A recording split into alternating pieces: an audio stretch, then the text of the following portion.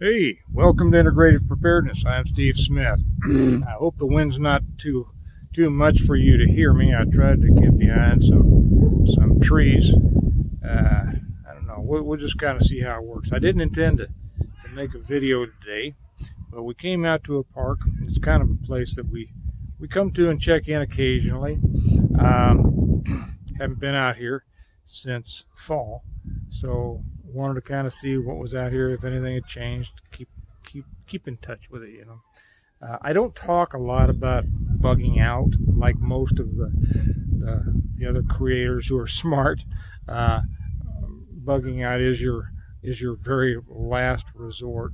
The best place to be is home or some fortified position. If you can get at it. But in the rare circumstance where bugging out is your only option, it's best to know where you're going. And I think I've explained before that I kind of do it in rings. The first ring is going to be about 5 miles from our house. That's assuming that we're at home, right? When whatever it is that chases us out of the house comes about. And so the first ring is about 5 miles, a place that I think we could get to within, a few hours of walking time if we needed to, and, a few minutes driving, depending on what the situation is. And then it goes out from there, 5 miles, 10 miles, 20 miles, 50 miles, because you may not be able to, depending on what the situation is, that determines how far away you need to be from where you started. And rather than just have, okay, this is 100 miles away, that's where we're going, I like to have those little set points along the way. This is one of ours, and this is to the west. I think I've made a video or two from our one to the south. Don't think I've done one from the east or the north, but I definitely have those in mind, and that's what you need to have in mind. I'm going to say that, and then I'm going to say something else.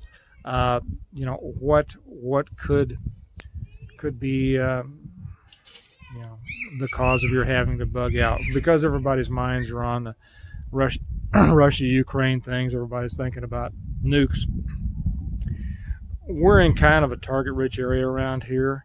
Not as much as it used to be when all the Nike sites were active, all the Minutemen missiles, and this used to be really, really dense. We do have Whiteman Air Force Base about 60 miles to the southeast, and so naturally they're a target. We have Fort Riley out to the west.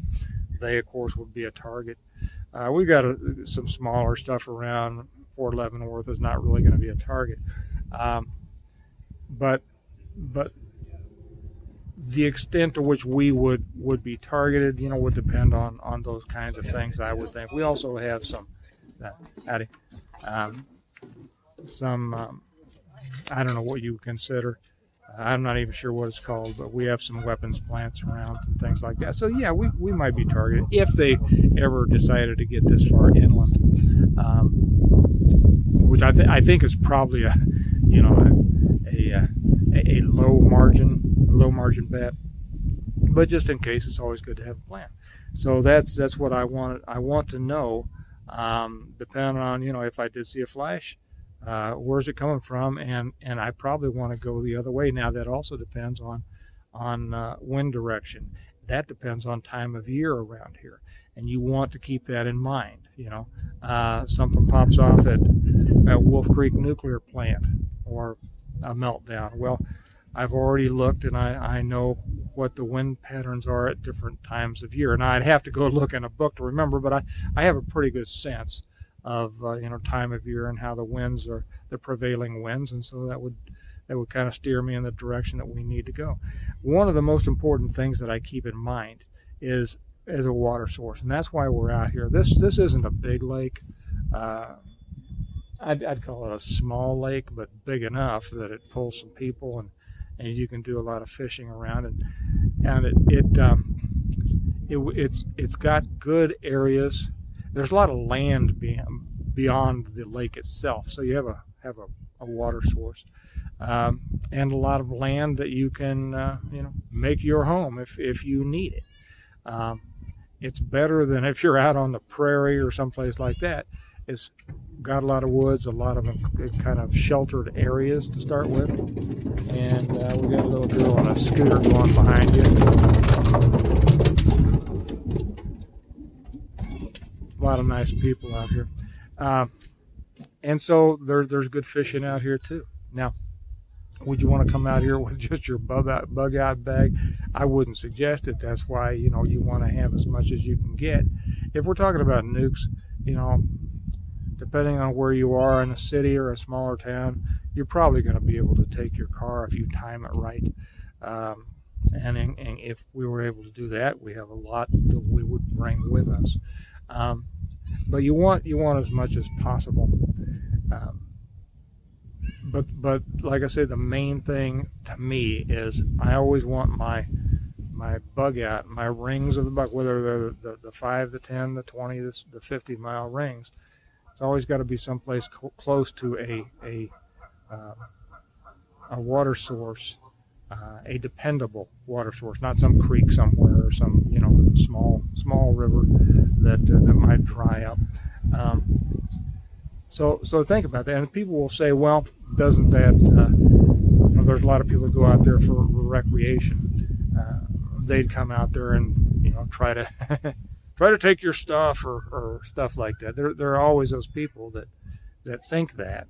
A couple things about that. Most people, you have to realize, most people aren't preppers. Okay, they don't think that way.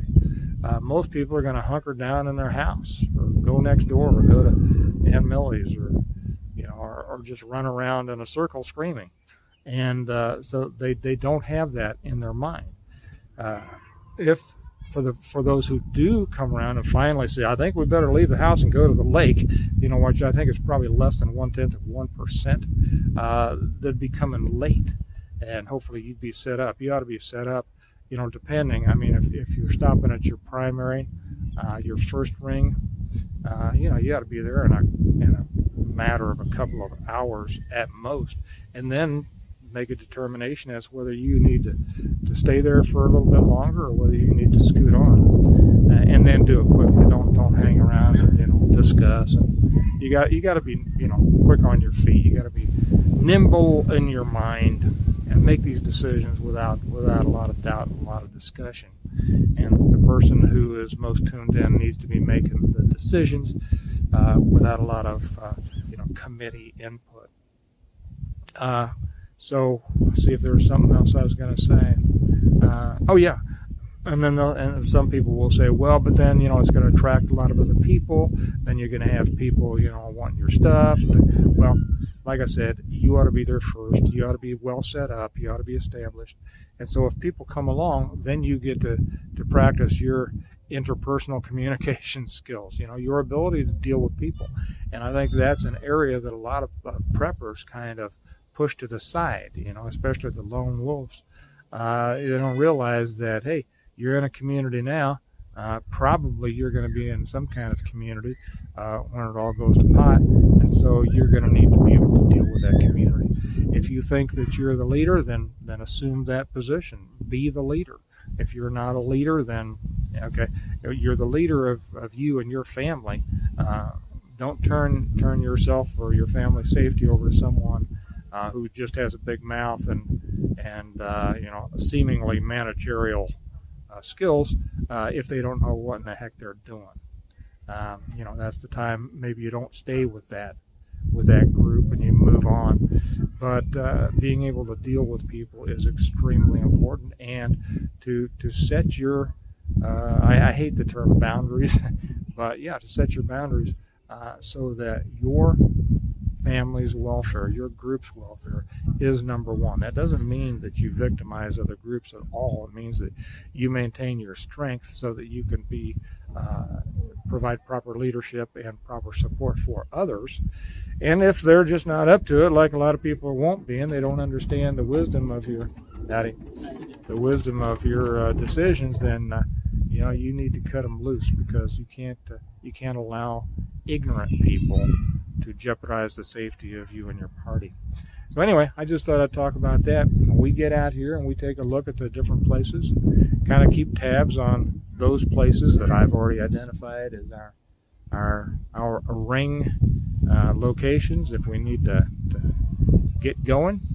And let me know what you've done in that regard. What are your thoughts? Do you have places you've already looked at, and what kind of things do you look at for it? So I'm going to get back to the group. They've walked on ahead. I told them that I'd catch up, so I better scurry on.